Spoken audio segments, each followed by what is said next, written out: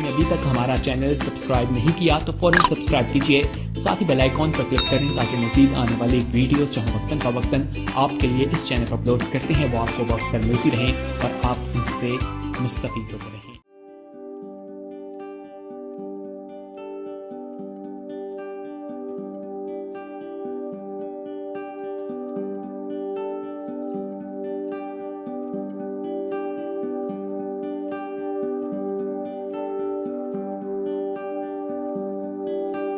तो आइए हम बाइबल मुकद्दस को खोलें। कुर्सियों के नाम पौलुस रसूल का खत, उसका दूसरा बाब और उसकी 6ठी आयत से 8वीं आयत तक मैं आपके सामने पढ़ूंगा। जो बाइबल मुकद्दस ले आए हैं वो खोलें, जो नहीं लेके आए वो कान खोलें। बाइबल मुकद्दस में इस तरह मरकूम है, बस जिस तरह तुमने मसीह यीशु खुदावंद को कबूल किया उसी तरह उसमें चलते रहो और उसमें जड़ पकड़ते और तामीर होते जाओ। और जिस तरह तुमने तालीम पाई उसी तरह ईमान में मजबूत रहो और खूब शुक्रगुजारी किया करो। खबरदार कोई शख्स तुमको उस फलसूफी और लाहासिल फरेब से शिकार ना कर ले जो इंसानों की रवायत और दुनियावी इब्तदाई बातों के मुवाफिक हैं, ना के मसीह के मुवाफिक। खुदा के कलाम के पढ़े जाने पर उसकी बरकत हो। आज का जो मौजू है वही है जो पिछले इतवार हमने सुना था, keep walking in the Lord, खुदावन में चलते रहो। आज ये इसका पार्ट 2 है, हिस्सा दूसरा है। मसीही जिंदगी हमने सीखा महज चंद रसूमात को अदा करने का नाम है ही नहीं। मसीही जिंदगी या मसीहत जो है ये मजहब नहीं है कि रसूमात अदा कर लो, ओके। ये खुदा के साथ चलने का नाम है, किरदार है, लाइफ है, लाइफस्टाइल है। मसीही जिंदगी एक नमूना है और खुदा के साथ, यीशु मसीह के साथ वो ईमान में चलते रहते हैं। हमने पिछले इतवार की इबादत में पहले हिस्से में सीखा और बाप अब्राहम की मिसाल हमने ली कि खुदा ने उससे कहा कि कसदियों के ऊर से निकला। ये कसदियों का ऊर कुलदानियों का ऊर भी कहलाता है और ये उस वक्त मुल्क था बाबल, आज है इराक। इसके जनूबी हिस्सा में ये कसदियों का ऊर, जहां ये आबाद अब्राहम, उसका बाप और उसका खानदान। और जो बाबल उस वक्त बाइबल मुकद्दस में बाबल है, कुछ स्कॉलर कहते हैं ये कसदियों का ऊर ये है इधर तुर्की में, लेकिन ऊर जो है इसका जब मुताला करें गहरा हिस्ट्री का, ये 2-3 ऊर है। तो ये जहां से अब्राहम है ये इराक में, इराक ही में बागे अदन है, वहां ही आदम और हवा आबाद हुए, वहां ही बाबल का बुर्ज बड़ा मशहूर है, वहां ही बनाया गया और पहली सिविलाइजेशन जो लाइफ इंसान ने शुरू की वहां ही हुई है। ये मैं थोड़ा सा आपको बताऊं, फिर वो बाइबल मुकद्दस में लिखी हुई बात मैं बताता हूं। हमेशा पैदाइश की किताब पढ़ ले, जब वहां से खुदा ने बुलाया तो लिखा है कि बाप अब्राहम और उसका बाप तारा ये सारे चले और हरान में आए, और हरान में आके वो ठहर गए। ये बाइबल मुकद्दस पैदाइश की किताब जो पढ़ने वाले हैं वो पढ़ लें, बाइबल में लिखी हुई बात है। ऊर से निकले, हरान में आ गए, और हरान का जो मुल्क है ये अब तुर्की में है। उस वक्त ये सारा सूबा बाबल का भी था, फिर असूर का सूबा बन गया जिसे हम शाम कहते हैं। ये सारे हिस्ट्री से वाकिफ होने की जरूरत है। जब हम मुताला करते हैं तो पता होना चाहिए उस वक्त क्या था, आज क्या था। थोड़ा बहुत मैंने आज आपको बताया है, ये मेरा मौजूद नहीं था आसारे कदीमा का, लेकिन थोड़ा सा मैं आपको बताऊं आपकी दिलचस्पी के लिए। तो जब खुदावन ने अब्राहम को कहा निकला अपने मुल्क से, अपने नातादारों से, बाकी सारे रिश्तेदारों से, अपनी कम्युनिटी से या उस कल्चर से निकला, तो आपने सुना कि वो 75 साल का था। बाइबल में ये भी लिखी बात है कि आसराय की नहीं हमने पढ़ा, और जब खुदा ने उससे वादा किया निकल मैं तुम्हें बरकत दूंगा, तेरे वसीले से लोग बरकत पाएंगे, बहुत सारे वादे किए गए, और जब वादा पूरा हुआ हमने बाइबल मुकद्दस में से पढ़ा, पैदाइश की किताब के हवाला जा दिए, कितने सालों के बाद वादा पूरा हुआ अगर किसी को याद है। 25 साल ये हवाला जात मैंने नोट आपको करवाए थे। तो वो खुदा के साथ चलता रहा, यहां तक चलता रहा कि आजमाइशों का भी उसे सामना करना पड़ा। जो सबसे बड़ी आजमाइश थी, बहुत सारी आजमाइशें आई रास्ते में। जब खुदा ने वादा किया था तुम्हें मुल्क के कनान में ले जाऊंगा, तो कनान में जाने से पहले रास्ते में बड़ी बड़ी आजमाइशें आती हैं, लेकिन सबसे बड़ी जो खुदा ने उसका टेस्ट लिया ईमान का और मोहब्बत का, वो सबसे बड़ा टेस्ट क्या था? खुदा ने कहा कि अपना बेटा इसहाक जो है सोख्तनी कुर्बानी के लिए क्या कर दे, कुर्बान कर दे। ये हमने सुन लिया था, आप जानते हो। लेकिन हमने सीखा क्या था पहले हिस्से में कि खुदा के साथ चलने का मतलब यह है कि साबित कदमी से मुसलसल खुदा के फरमाबरदार रहना। कनान की जो पिक्चर है ये आसमान की है। खुदा ने वादा किया, यीशु मसीह ने कहा मैं जाता हूं तुम्हारे लिए क्या करूंगा। वादा किसने किया है? कहां ले जाने के लिए?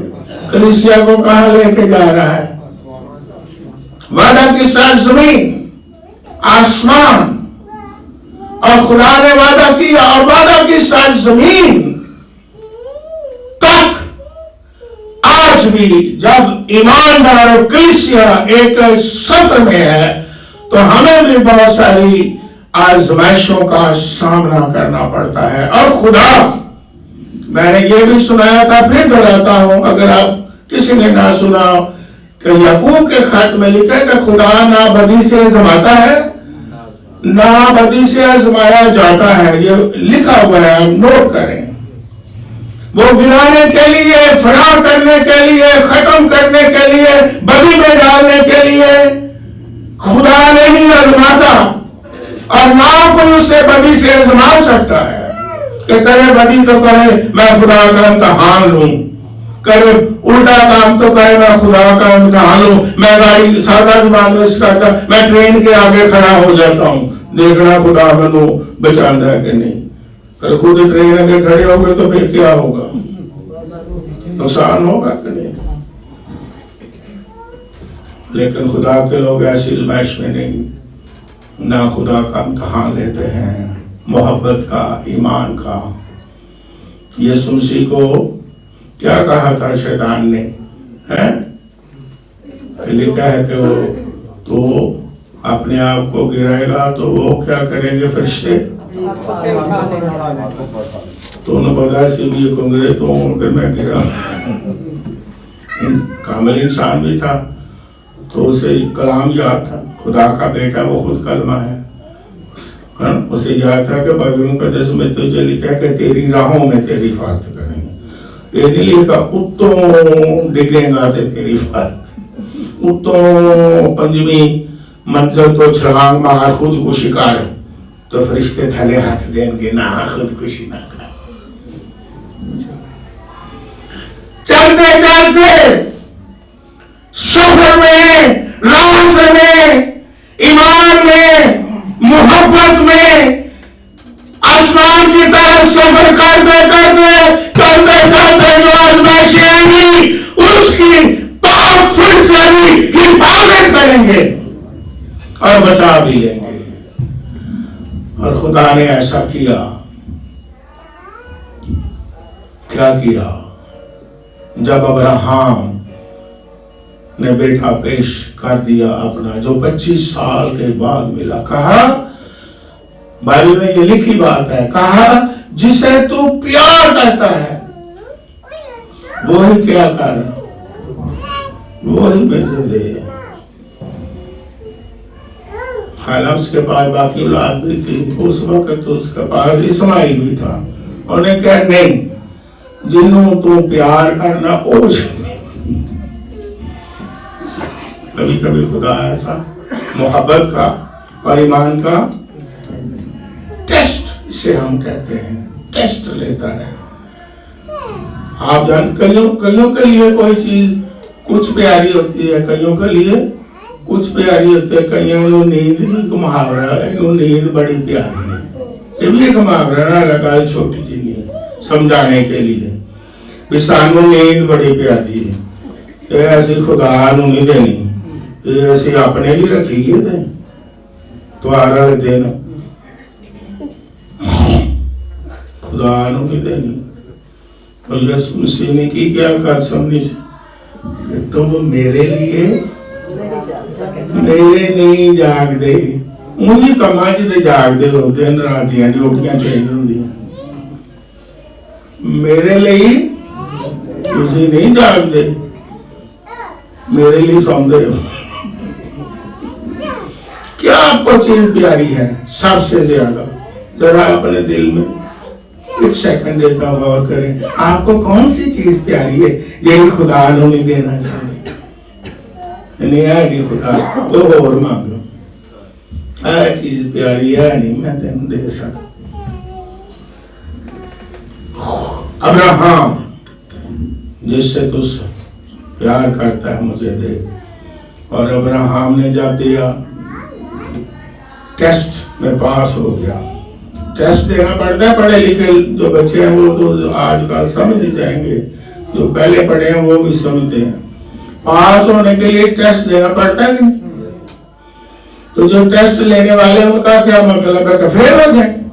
ये भी जवाब दे, सादा तरीके से समझाता हूं। जो टेस्ट लेते हैं उनका मतलब क्या होता है जी? कि फेल हो जाए?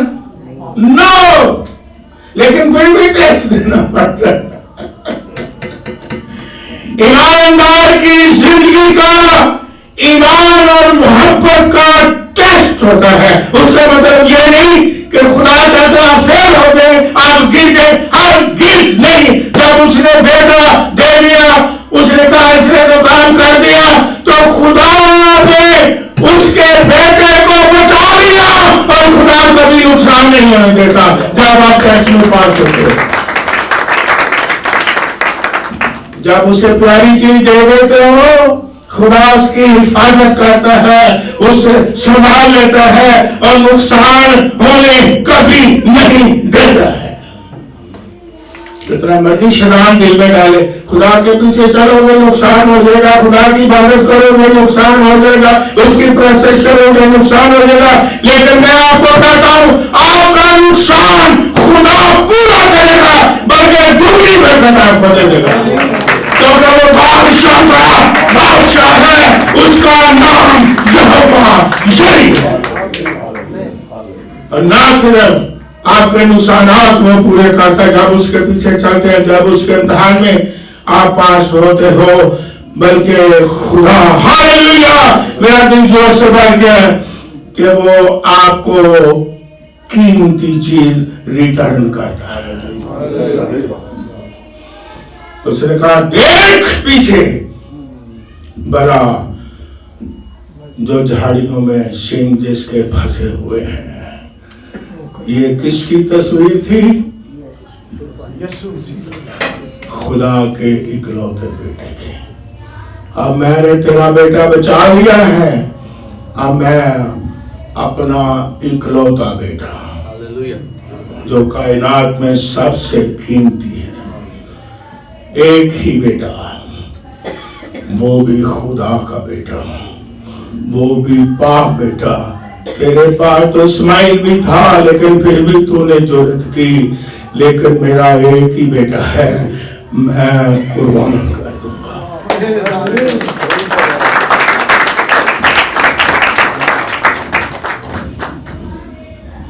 और उसने हमारे लिए अपना इकलौता बेटा कुर्बान कर दिया। मैंने बताया कि जब अब्राहम हाथ में छुरी पकड़ता है, किस तरह उसका कलेजा फट रहा होगा, लेकिन खुदा का बेटा भी जब कुर्बान हो रहा था, तो ऐसा वक्त था गुनाह उस पर लादे गए और खुदा नहीं देख सकता।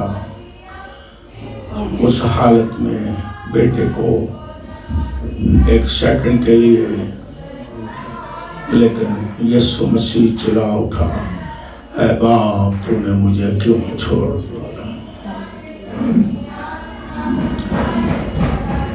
उसी बाप ने बाप का दिल हमारे अंदर डाला हुआ है, ये ज़हन में रखें। उसने अपना इकलौता बेटा, जिससे वो सारी दुनिया से ज्यादा प्यार करता, जो उसकी गोद में था, उसने हमारे लिए कुर्बान कर दिया।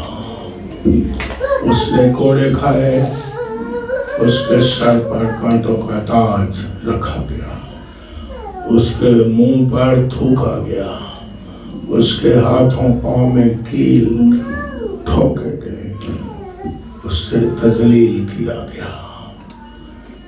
यशायाह कहता है कि जब हम उस पर निगाह करते हैं, उसकी कोई शक्ल सूरत नहीं है। कोड़ों ने उसका सारा जिस्म खींच लिया, ऐसे कोड़े लगाए। खुदा सबसे कीमती चीज जब आप उसके फरमाबरदार होते हो, वो आपको रिटर्न करता है।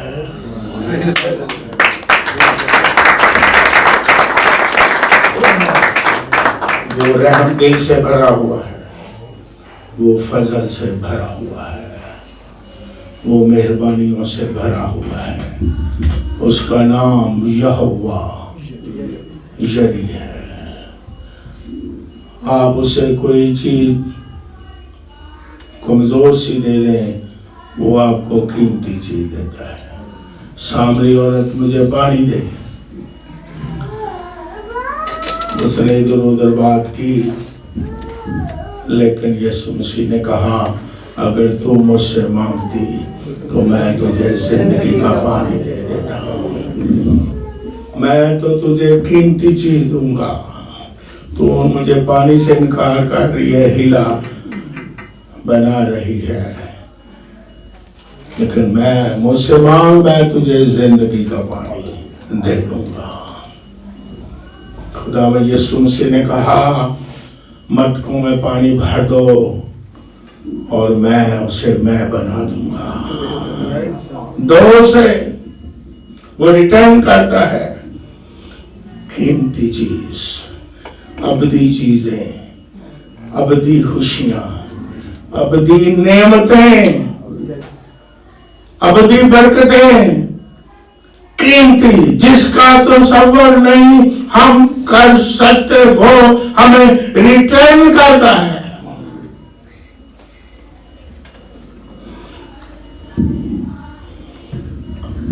हम जिसे प्यार करते हैं उसे देखें कि वो कितनी कीमती चीजें आपको, कितनी आपकी हिफाजत करता है, आपका नुकसान कभी होने नहीं देता है, क्योंकि वो खुदावंद है। वही हमारा तहफ़्फ़ुज़ है, वही हमारी सिक्योरिटी है, वही जमानत है जिंदगी की। हालेलुया। वही यीशु मसीह जिसने दुआ की जाते वक्त कि बाप जो तूने मुझे दिए हैं मैं उनके लिए दुआ करता हूँ, शरीर से इनकी हिफाजत कर। यीशु ने आपके लिए दुआ की है जाते वक्त और कहा कि शरीर से हिफाजत कर। वो तो हमारी हिफाजत करता है, वो तो हमें बरकत देता है, लेकिन एक टेस्ट मोहब्बत का, वो भी इसलिए नहीं कि वो हमें गिरा दे, इसलिए नहीं कि हमें फना कर दे। इसलिए तो दाऊद कहता है कि शुक्र है कि हम फना नहीं हुए। शुक्र है वो हमें उठा खड़ा करता है। जब हम कमजोर होते हैं वो हमें क्या दे देता है? जोर दे देता है। हालेलुया। जब हम ईमान में कायम रहते हैं वो हमें बचाता है, वो हमें शिफा अता फरमाता है। इसलिए उसी में चलते रहो। आजमाइशें आएंगी, टेस्ट होगा, इम्तहानात में से गुजरना पड़ेगा, लेकिन आपको नुकसान नहीं होगा। ये गारंटी जोर है।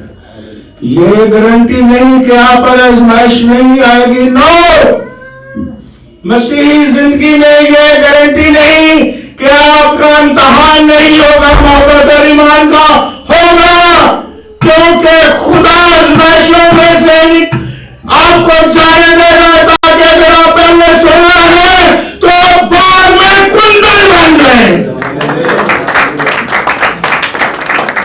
ये गारंटी नहीं, लेकिन ये गारंटी है कि खुदा आपकी हिफाजत करेगा और खुदा आपको आसमान तक आपकी मदद करेगा। और उसके पाक फरिश्ते भी आपकी हिफाजत करेंगे। लेकिन ईमान का जब टेस्ट हो तो उसे हाँ करें, फर्माबरदार रहें। ये मैंने आज दोहराई थी पिछली दफा कि जान देने तक भी तो मैं तुझे जिंदगी का चलते रहे मौत तक, या जब तक यीशु मसीह दोबारा आ नहीं जाता। आज एक और बात छोटी सी सीखते हैं, फिर हम इसे कंटिन्यू रखेंगे कि मसीह के साथ, खुदा के साथ चलते रहना क्या है। हमने सीखा पहला हिस्से में, उसे कंटिन्यू रखते हुए जो बाकी चीजें थी, फर्माबरदारी है। खुदा के साथ चलना क्या है? फर्माबरदारी है। साबत कदमी से फर्माबरदारी है। पैदाइश की किताब में अगर आप पढ़ें,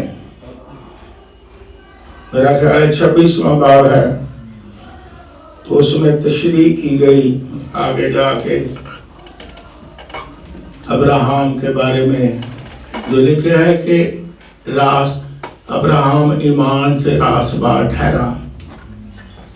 लेकिन आगे तशरीह की गई है, खुदा हमारे बाप इसहाक को वादा दोहरा रहा है। ये पढ़ लेना, ये बाइबल में लिखी बात है। हमारे बाप इसहाक को खुदा दोहरा रहा है कि तेरा बाप अब्राहम जिससे मैंने कसम खाई कि तुझे बरकतें दूं, वो मेरे आइन, मेरे अहकाम, मेरे कवानीन पर चलता रहा।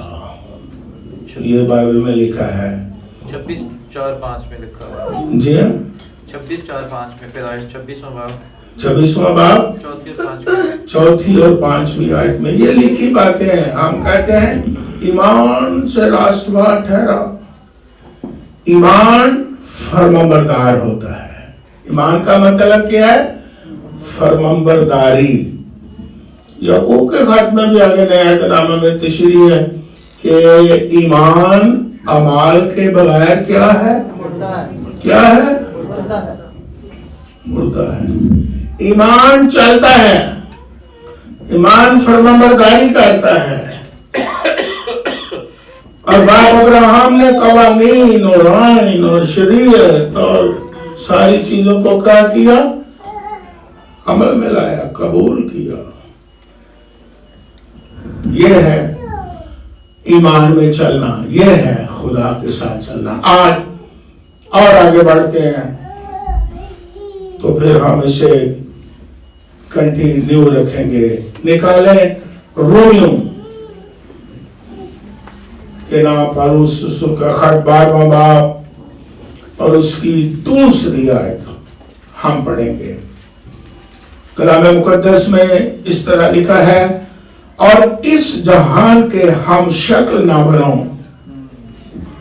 बल्कि अकल नई हो जाने से अपनी सूरत बदलते जाओ, ताकि खुदा की नेक और पसंदीदा और कामिल मर्जी तजर्बा से मालूम करते रहो।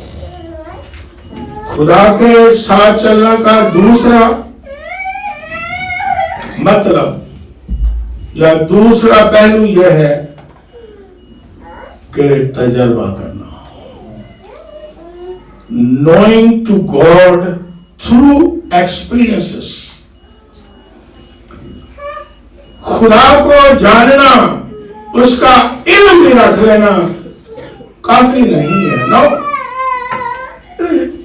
बहुत सारे लोग शायद इल्म हो उनके पास, नॉलेज हो उनके पास। एक जगह पर लिखा हुआ, मेरे खत में लिखा हुआ है पास्टर दीन, कि शैतान भी खुदा पर क्या रखता है? लेकिन उसे भी नॉलेज है, बल्कि वो ज्यादा जानता है। उन्होंने खुदा ने थले सुटे है, उन्होंने खुदा का सब ज्यादा की है। नॉलेज अच्छी बात, ओके, एक पहलू है, पहला पहलू है। इल्म खुदा का अच्छी बात, हमें इल्म की बातें सीखनी है।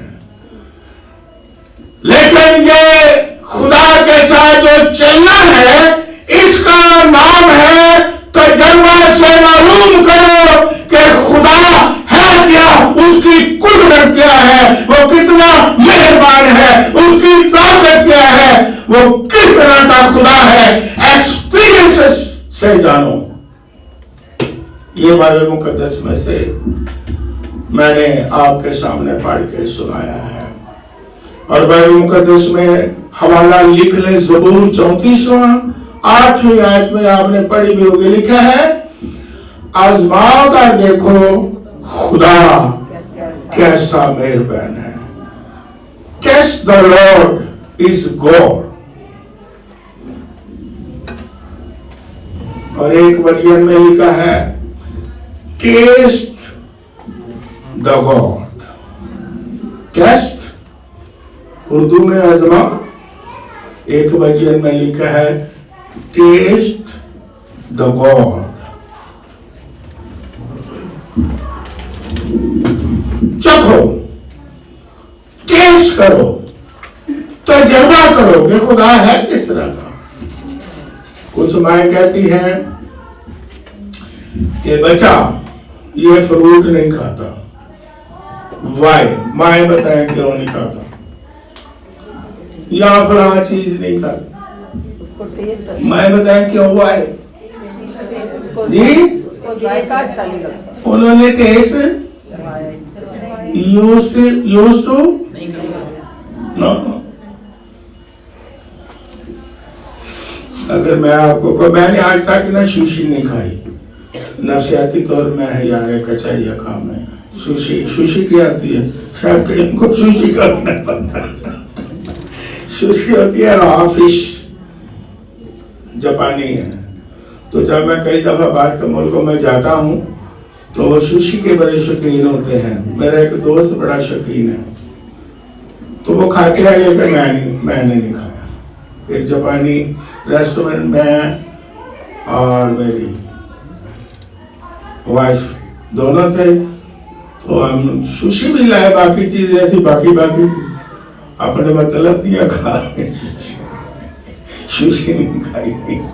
लेकिन सुशी बड़ी कीमती है और डॉक्टर कहते हैं कि यह मुफीद भी बड़ी है और फायदेमंद भी, लेकिन हमने कभी टेस्ट ही नहीं। हमें क्या पता कि सुशी क्या है, इसका फायदा क्या है। तो जिसने खुदा को चखा ही नहीं उसकी मेहरबानियों को, उसके फजल को चखा ही नहीं है, उसके कलाम को नोश ही नहीं किया, जिसने खुदा का बंदा यिर्मयाह कहता है मैंने तेरे कलाम को क्या किया है? नोश किया है। जिसने खुदा के पाक कलाम को टेस्ट नहीं किया, सिर्फ इल्म है, तजर्बा नहीं किया। इल्म है लेकिन एक्सपीरियंस नहीं किया। लेकिन अगर आप जानना चाहते हैं खुदा की लिखा नेक पसंदीदा 3 लफ्ज है, और कामिल मर्जी तजर्बा से मालूम करो खुदा क्या है, उसकी मर्जी क्या है, वो क्या चाहता है। वो तजर्बों में से गुजारेगा आपको, आप एक्सपीरियंस करेंगे और आप गवाही देंगे, हाँ खुदा कादिर मुतलक है। हमने कई तजर्बे किए, आपने कई तजर्बे किए। कई लोग तजर्बा नहीं करते, ना ना ना ना, कहने क्यों तजर्बा करिए। मिसाल एक देता हूं समझाने के लिए सादा। मलाकी किताब 3 बाब 10वीं आयत में लिखा है आजमा कर देखो। उसमें क्या बात लिखी है, बड़ी मशहूर है, पूरी दाल यकी, और फिर आगे क्या लिखा है, और आजमा कर देखो। फिर आगे क्या लिखा है कि मैं आसमान के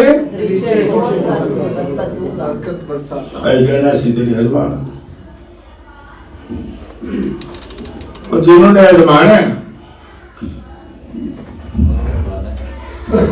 जो टेस्ट करेगा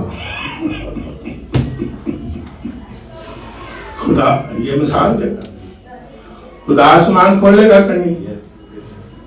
कभी कभी खुदा आजमाइश आने देता है ताकि आप एक्सपीरियंस करें कि खुदा कितना कादिर मुतलक है। हालेलुया।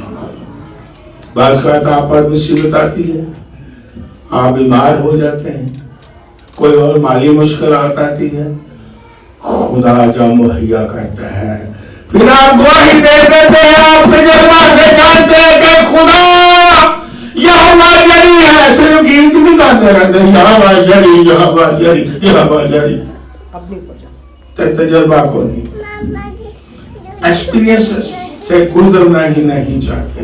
इम्तिहानात से जब तक गुजरेंगे नहीं तजर्बा आपको कैसा होगा कि खुदा ने किस वक्त मेरी मदद की है। जब दाऊद बादशाह के सामने आ गया, जाती जुली इन शॉर्ट में सुनाता हूं, तो उसने याद किया अपना तजर्बा। क्या याद किया? उसने कहा बाइबल में पढ़ लेना। उसने कहा वो कोई बात नहीं, सब लोगों ने रोका, तू अभी छोटा है, तू जाति जूलियत को मार नहीं सकता। शैतान भी यही कहता है, ये जो जाति जूलियत, ये जो चाहिए है दुनिया में, जाति जूलियत की तरह पुकारते हैं, डराते हैं हमें, ईमानदारों को घबराते हैं कि तुम्हें खा जाएंगे। दाऊद ने क्या कहा, बाइबल में क्या लिखी बात, अगर आप किसी को याद हो, दाऊद ने कहा कि जब भेड़ बकरियां चराता था तो शेर रीछ आ जाता था, तो मैं क्या करता था, दाढ़ी पकड़ सीख जाता था। तो कहता ये कोई रीछ में से एक की मानद होगा, मैं तो आगे जाऊंगा। ये तो खुदावन को ललकार रहा है, ये खुदावन की कौन को ललकार रहा है। 40 दिन गुजर गए हैं, कोई आगे नहीं आ रहा। जनरल कर्नल उस वक्त के दौर का, कोई आर्मी का बंदा ही नहीं आ रहा, मेरा खाने का ही जाने नहीं। ਅਸੀਂ भी खुदा की आर्मी से बड़े हाय बड़े कुलसम तो इससे खुदा की आर्मी से शामिल हैं, खाना खाने वाले।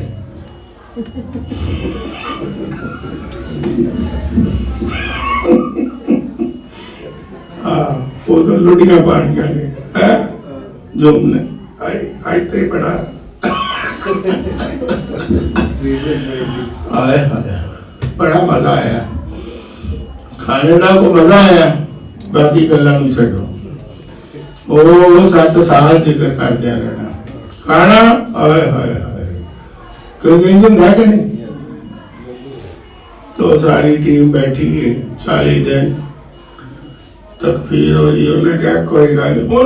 उसे क्या था, तजर्बा था, उसने मुकाबला फाइट की थी। उसने कहा मैं जाऊंगा खुदा के नाम से, वही खुदा जिसने मुझे ताकत दी रीछ पर गालिब आने के लिए, शेर पर गालिब आने के लिए, वो ही मुझे इस पर गालिब आने की कुव्वत अता फरमाएगा। तजर्बे के लिए तैयार रहे। उस वक्त यीशु को याद करें, कादर मुतलक को याद करें, यहोवा यरी को याद करें। जब भूख आ जाती है, जब माली मुश्किलात आती हैं, तो याद करें कि उस वक्त भी खुदा ने मुझे निकाला था, आज भी खुदा मुहैया कर देगा।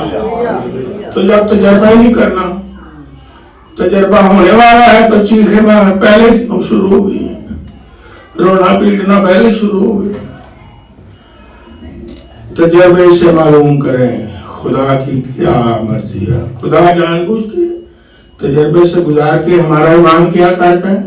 मैंने एक दफा पहले भी बताया था कि रावण अभी छोटा था, बलालगंज में रहते थे, सुबह का नाश्ता नहीं था।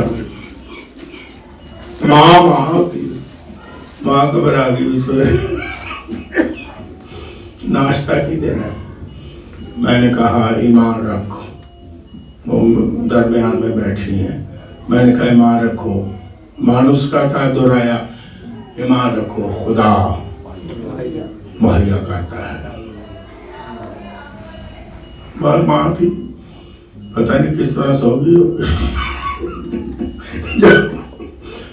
अभी सुबह अर्ली सुबह दरवाजा, हमारा गेट वो भी लोहे का था, बड़ा गेट था, आपने देखा। नॉक अर्ली मैंने कहा पता नहीं कोई दुआ करवाना आ गया, क्योंकि पादरियों के पास रात को भी कोई आ जाता है दुआ करने, सुबह सुबह भी आ जाते हैं। मैं चलो उठो भी दुआ ही करो, नाश्ते में छड़ो दुआ तो करो। मैंने कहा हाँ जी की गल है। फटाफट उसने काफी पैसे पकड़े, उसने कहा ये पैसे लो। मैंने कहा तो क्या हुआ इतनी अर्ली। कहता सारी रात मैं सोता नहीं, खुदा ने मैनू किया मेरे बंदे नू जाओ पैसे दे के। मैं क्या तू सुता नहीं, असी तो सुते रहे। तो मैंने मैंने कहा चलो उठो, एक नाश्ता नहीं कई नाश्ते आ गए ना। और दसो खुदा तजर्बे से गुजार के फिर क्या अपना जलाल गवाही लेट भी हो जाए। मरियम मार्था बहन घबरा गई तो क्यों लेट हो गया? यीशु उस वक्त आ जाता त्याजे काम। उन्हें कहा ना ना ना तू खुदा का जला दे, ईमान दे रख, ईमान रख, तजर्बा कर कि खुदा मुतलक है। हालेलुया। उसने भी कहा क़यामत और जिंदगी तो मैं हूं, क्यों घबरा रही है? कभी मुसीबत आ जाए, माली मुश्किलात आ जाए या बीमारी आ जाए, किस तरह का कोई जाति जुलियत आए कोई सामने आ जाए, खौफ आ जाए, डराने, कल क्या बनेगा, महंगाई बड़ी होगी, मिसाल दे रहा हूं, तो क्या करेंगे आप? खुदा तजर्बे से गुजारेगा आपको, ताकि जब आपको फतह मिल जाए, हालेलुया, तो उसके नाम को जलाल मिले। हालेलुया। उसकी एक गवाही बन जाए और फिर आप लोगों को बताएंगे, है ना? अपने तजर्बात लोगों को बताएंगे, अपने तजर्बात लोगों को बता के उनका ईमान क्या करेंगे? बढ़ाएंगे। लेकिन जब आप तजर्बे से नहीं गुजरना चाहते, थोड़ी सी मुसीबत ही आ जाती है, घबरा जाएंगे, खुदा को छोड़ देंगे। इसका मतलब क्या है? खुदा के साथ चलना छोड़ देंगे। मुझे इतने साल हो गए खिदमत करते हुए, कई दफा बहुत काम, लेकिन फिर भी मैंने सुना, मैंने कहा हाजी खुदा की हुजूरी में नहीं आ पा रहे, चल ही रहे, पारी साहब क्या करें? आपने भी सुना ही होगा, मैंने दुआएं बड़ी की, लेकिन खुदा ने मेरी एक नहीं सुनी।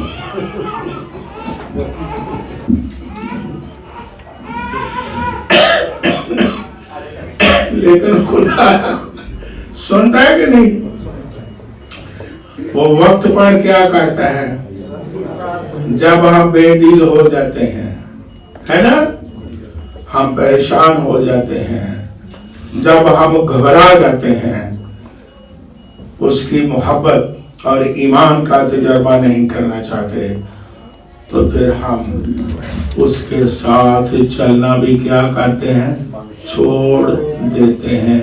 उसके साथ चलते चलते रुक जाते हैं, उसकी खिदमत करते करते रुक जाते हैं, उसकी हजूरी में आते आते रुक जाते हैं, कलाम मुकद्दस को पढ़ते पढ़ते छोड़ देते हैं। ऐसा कभी कभी होता है ना, तो कभी कभी लाओ, लेकिन उस वक्त क्या कहना है? बाइबल की ये आयत याद रखनी है। आजमा कर देखो खुदा कैसा, टेस्ट, तजर्बा। जब तक तजर्बा नहीं होगा, तजर्बे से मालूम करिए, मसीही जिंदगी एक तजर्बा है। रूह कुछ का बपतिस्मा क्या है? तजर्बा है। ये रूह कुछ भी इल्म जितना मर्जी पढ़ लो, गैर जुबानों का इल्म पढ़ लो, लेकिन ये रूह कुछ का बपतिस्मा क्या है? एक तजर्बा है। नजात क्या है? नजात का सिर्फ इल्म ही नहीं है, पढ़ाते रहो या सुनते रहो। नजात एक तजर्बे का नाम है कि जब कोई निजात पाता है वो शादी से भर जाता है और खुदा का इकलौता बेटा जो उस पर ईमान ले आता है, तो फिर वो हर वक्त खुश रहता है, बल्कि दूसरों को भी कहता है खुश रहो। ये क्या है? एक तजर्बा है। उसके साथ चलना क्या है? तजर्बा है। ईमान लाना क्या है? एक तजर्बे का नाम है। मसीह जिंदगी रसूमात का नाम नहीं है। सिर्फ इल्म का नाम नहीं, इल्म जरूरी है लेकिन सिर्फ इल्म का नाम नहीं है, बल्कि ये एक तजर्बे का नाम है कि हमें तजर्बा हो पाक रूह की कुव्वत का, उसकी मोहब्बत का, उसकी मेहरबानियों का, उसके फजल का, उसके मौजूजात का हमें तजर्बा हो। यही मसीही जिंदगी है और यही उसके साथ क्या है, चलने का नाम है कि हमें तजर्बा है। और लेकिन अगर तजर्बा नहीं तो बाकी जानना, इल्म जो है वो हमें जिंदगी नहीं दे सकता है। खाली मैं बात करता हूं कि आप कहीं इसको गलत ना लें, सिर्फ इल्म नहीं, इल्म के साथ क्या होना चाहिए। आप सादा सी जुबान में सिखाता हूं, जब कोई चीज भी इंसान भी बनाता है तो उसका क्या करता है, तजर्बा करता है या नहीं, है ना। तजर्बे के बगैर कोई चीज को आप जान नहीं सकते। मिसाल है, गाड़ी जब को बनाते हैं तो बड़े तजर्बे करते हैं, मैंने स्पीड से चला के देखो जो स्पीड ऊपर लिखनी है चला के देखो चलेगी भी या नहीं, या कायम रहेगी, है ना 220 पे चल के कायम रहेगी कि नहीं। पहले वो क्या करते हैं, तो आप भी तजर्बा करो। अगर 250 स्पीड पे चलना चाहते हो तब तजर्बा करो उसकी कुदरत का, है ना।